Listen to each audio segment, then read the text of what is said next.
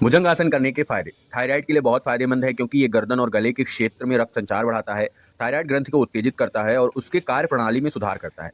खासकर हाइपोथायराइडिज्म में ये हार्मोनल संतुलन लाने और तनाव कम करने में मदद करता है।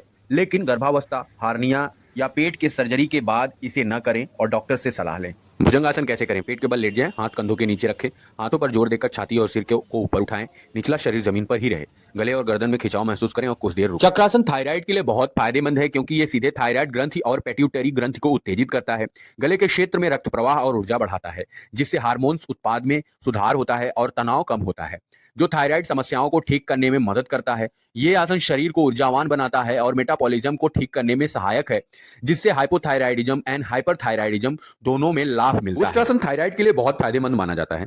थायराइड ग्रंथि को सक्रिय करना।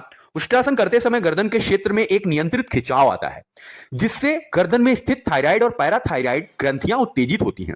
रक्त संचार में सुधार। यह आसन थायराइड ग्रंथि की ओर रक्त को प्रवाह को बढ़ाता है, जिससे हार्मोन स्तर को संतुलित करने में मदद मिलती है। हाइपोथायराइडिज्म में राहत। यह मेटाबॉलिज्म को बेहतर बनाने में और थायरोक्सिन हार्मोन को विनियमित करने में विशेष रूप से सहायक है। अन्य लाभ। थायराइड के साथ साथ ये रीढ़ की हड्डी को लचीला बनाता है, पीठ के दर्द को कम करता है, तनाव को दूर करने में मदद करता है। धनुरासन थायराइड के लिए बहुत फायदेमंद है क्योंकि ये गले के क्षेत्र में रक्त संचार बढ़ाता है, थायराइड और पैराथायराइड ग्रंथियों को उत्तेजित करता है, तनाव कम करता है और हार्मोन संतुलन में मदद करता है, जिससे विशेष रूप से हाइपोथायराइडिज्म में सुधार होता है और मेटाबॉलिज्म स्वस्थ रहता है। Cat and cow poses thyroid के लिए बहुत फायदेमंद हो सकता है क्योंकि ये गर्दन के हिस्से में खिंचाव पैदा करता है और रक्त संचार को सुधारता है। इसके मुख्य लाभ। ग्रंथि को उत्तेजित करना।